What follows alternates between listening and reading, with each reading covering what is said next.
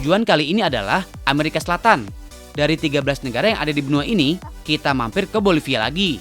Guys, yang unik dari Bolivia adalah keanekaragaman hayatinya. Kebetulan ini dari awal hingga pertengahan tahun adalah saatnya para petani panen. Nah, hari ini kita mau panen quinoa. Lokasi perkebunannya tepat berada di tengah-tengah Salar de Uyuni, yang merupakan dataran garam terluas di dunia. Lihat, cantik sekali warna tumbuhan ini. Tapi ini bukan bunga, melainkan makanan pokok dari warga yang ada di Uyuni ini. Kalau di Indonesia kita makan nasi, mereka makan ini namanya quinoa. Dan quinoa ini hanya bisa tumbuh di dataran tinggi yang bersuhu dingin seperti di sini. Di Indonesia, quinoa hanya bisa ditemukan di supermarket besar di jajaran barang impor. Ya, ibarat tempe, tapi dijualnya di Amerika, guys. Mahal. Tapi di sini, kalian bisa langsung lihat ladangnya. Guys, tahu nggak sih, quinoa adalah sejenis biji-bijian yang berasal dari daerah pegunungan Andes. Karena bebas gluten dan tinggi protein, tumbuhan ini menjadi makanan pokok yang sangat disukai rakyat Bolivia. Uyuni menjadi pusat pertanian quinoa di Bolivia, tepatnya di Departemen Potosi dan Oruro. Di atas ketinggian lebih dari 3.600 meter di atas permukaan laut, menjadikan tanah di Uyuni tempat terbaik bagi tumbuh kembang quinoa.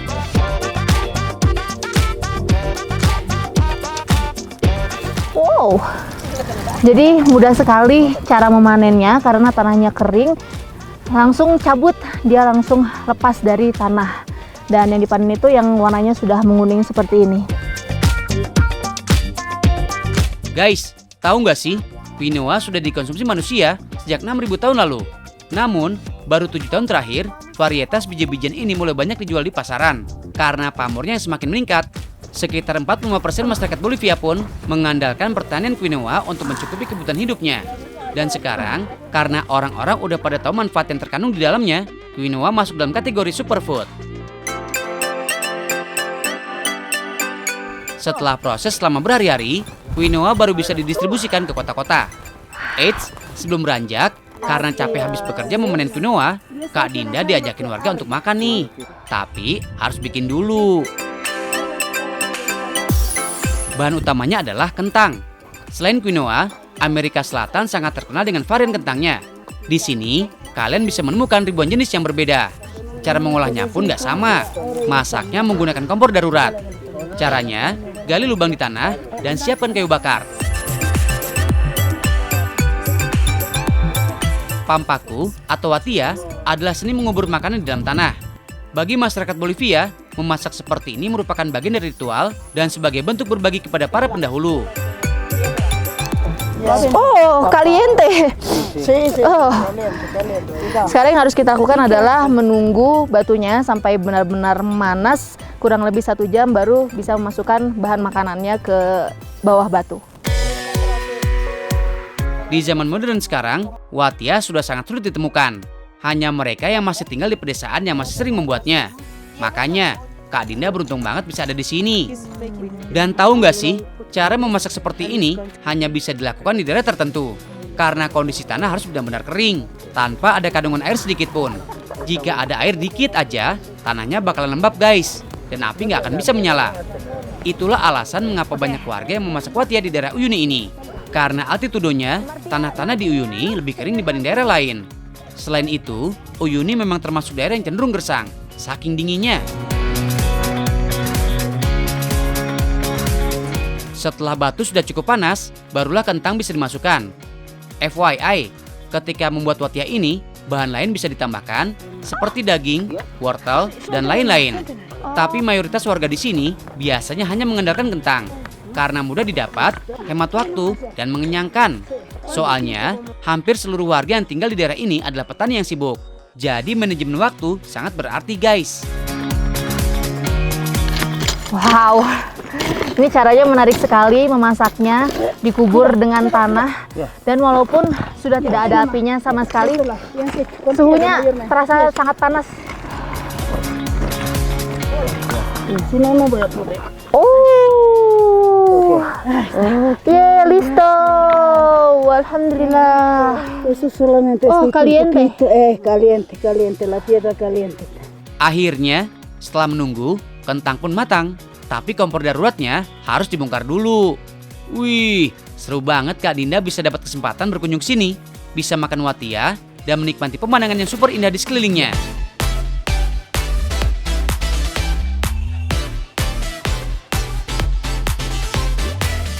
Assalamualaikum. Waalaikumsalam. Wow. Jadi ini adalah Santiago, teman kami yang akan membantu membuatkan olahan makanan quinoa. Di sini sudah ada bahan-bahannya. Ada kentang, quinoa, bawang merah, wortel, timun, dan bahan-bahan lainnya. Oke. We'll help you.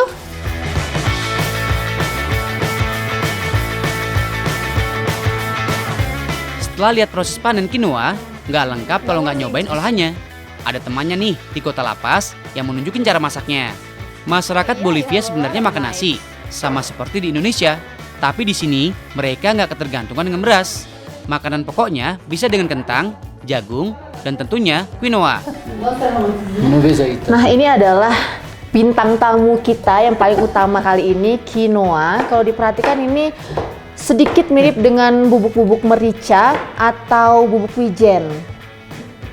Ya, beginilah bentuknya kalau sudah mencapai proses terakhir. Nggak tersisa lagi warna merah muda yang tadi kalian lihat di ladangnya. Seperti halnya nasi, quinoa juga selalu dimakan dengan lauk pauk. Santiago kali ini menunjukkan cara memasak sayuran khas Amerika Selatan. Jika dilihat sekilas, caranya mirip dengan cara masak makanan Indonesia. Tapi di sini mereka nggak menggunakan banyak rempah, hanya bawang merah dan garam sebagai penguat rasanya.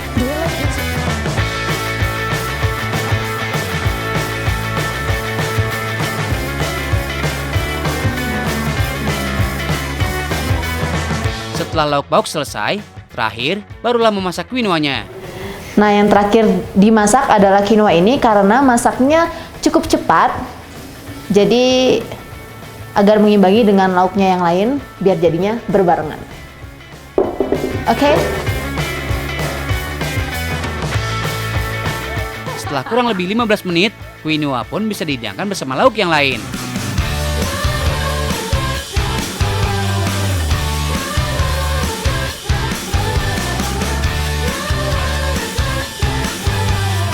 Ya, di sini hukum ekonomi berlaku. Semakin tinggi permintaan, semakin tinggi pula harganya. Dulu, quinoa bisa dinikmati oleh berbagai kalangan setiap hari. Tapi sekarang, karena meningkatnya permintaan, harganya pun meninggi. Ini membuat banyak warga yang nggak bisa memakannya setiap hari.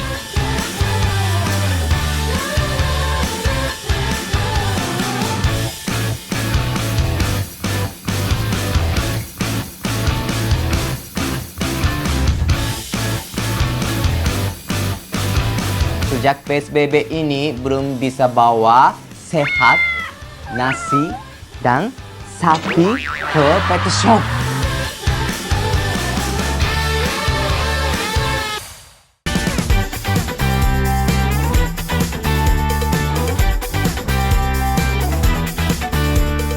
Guys, kenalin nih, Kak Jen Friska Andini, seorang makeup artis kece asal Indramayu. Selain doyan dandan, Kak Jen juga punya usaha catering. Saking hobinya masak, sampai foto aja, sampai bawa centong dan sutil. Nih guys, bahkan Kak Jen bikin tutorial makeup untuk pergi ke dapur. Aya wae Kak Jen. Hai guys, selain berprofesi sebagai MUA, aku juga punya catering. Yuk, sekarang kita mulai masak. Kak Jen ini emang passionnya masak-masak guys. Tema besarnya adalah healthy food. Dari metode grill sampai roasted, dari jus buah sampai jajamuan. Nah, Kak Jen kali ini mau menyajikan menu spesial guys. Ala-ala Timur Tengah, khas Mediterranean gitu deh. Ada lamb chop with mandi rice, Ali sebagai dessertnya, dan juga strip loin steak with mushroom sauce. Bicara soal kuliner Timur Tengah, memang identik dengan rempah ya guys. Karena itu kunci kenikmatan yang bikin mantap surantap. Selain rempah, ciri lainnya adalah sajian daging, bisa kambing atau ayam.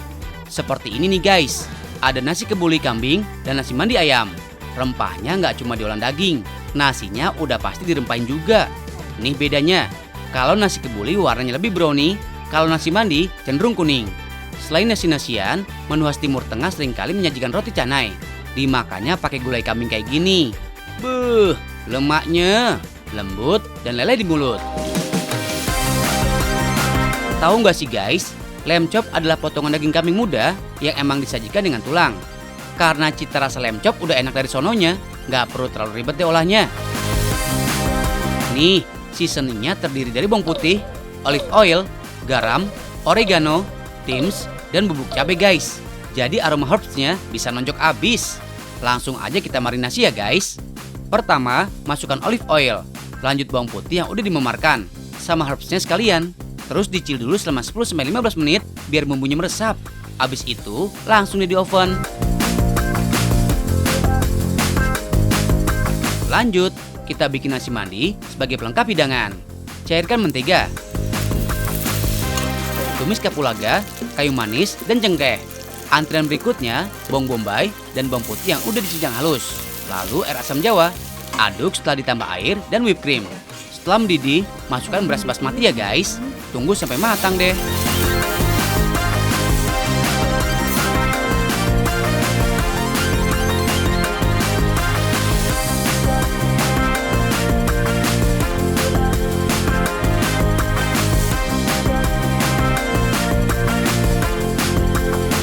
Tara, ini dia jadinya, lamb chop with nasi mandi.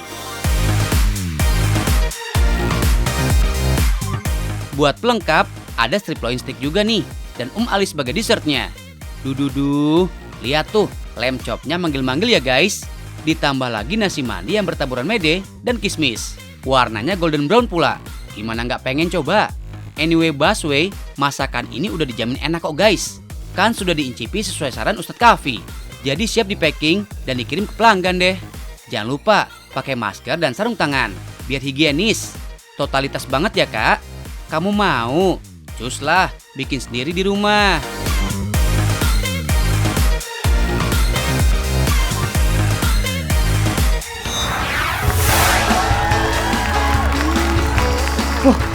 Guys, biasanya aku rutin nih bawa 3 kucing aku perawatan di pet shop. Tapi sejak PSBB ini belum bisa bawa sehat, nasi, dan sapi ke pet shop.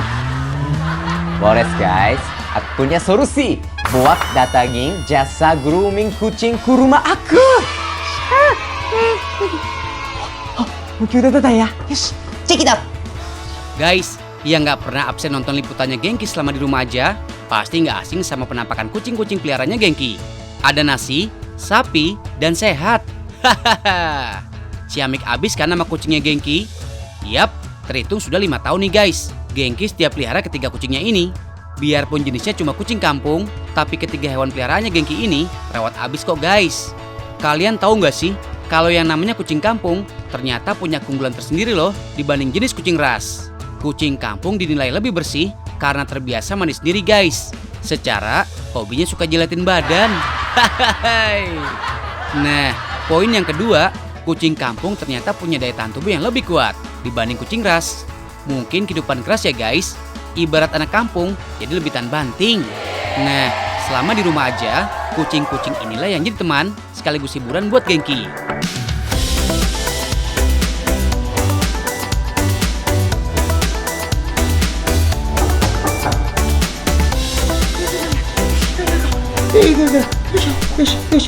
Hai, tunggu. Oke. Finally, datang juga nih Mas Hans ke rumah Genki.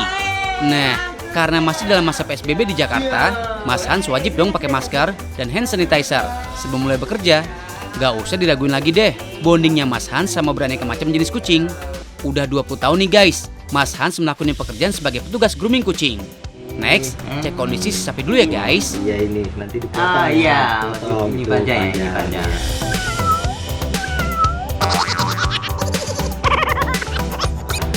Coba lihat telinganya. Kotor tapi sedikit. Oh ya, Nanti bisa. Peralatan perang Mas Hans untuk nge-grooming kucing udah ready nih guys. Eits, semuanya jaminan mutu dong.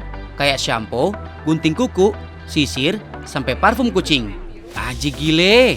Step pertama, potong kukunya si sapi dulu ya guys. Selain biar bersih, potong kuku kucing juga penting biar nggak melukai Genki saat dicakar-cakar manja sama si sapi.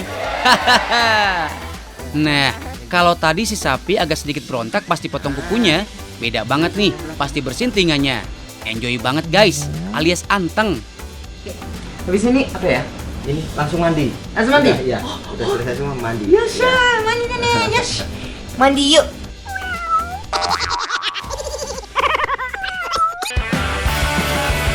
Ini kita mandi. Oke guys, ini dia momen yang super duper menguras tenaga saat nge-grooming kucing, yaitu mandi.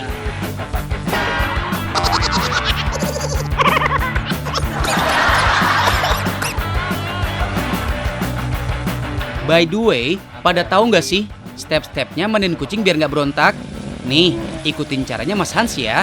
Pertama, gunakan air hangat ya guys. Kedua, biar nggak kaget kucingnya, lanjut basahkan badan bagian belakangnya dulu. Udah jadi rahasia umum ya guys, kalau yang namanya kucing pada nggak suka banget dimandiin pakai air. Karena selain benci sama air, kucing juga paling nggak suka kalau bulu-bulunya basah terlalu lama.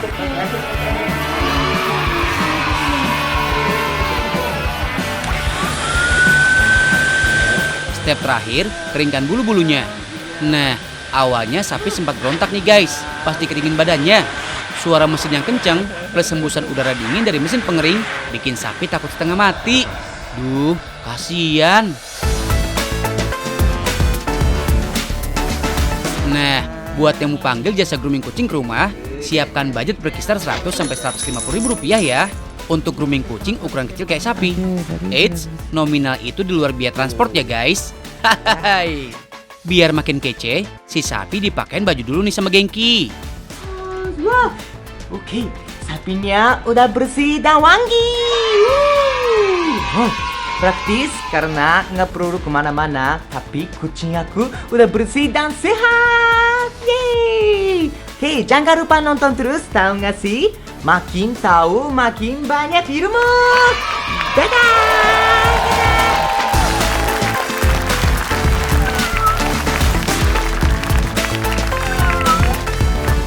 Kalau kita sakit hati banget nih Ustadz sama orang, karena dia udah jara banget sama kita alias jahat. Terus nih orang ujuk-ujuk minta maaf. Kalau kita cuekin, kitanya dosa nggak sih Ustadz?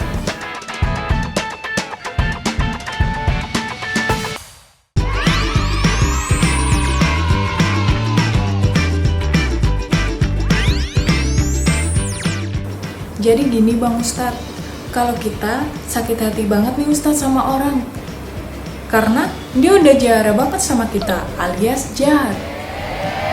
Terus nih orang ujuk-ujuk minta maaf. Gak ada angin, gak ada hujan. Kalau kita cuekin, kitanya dosa gak sih Ustadz?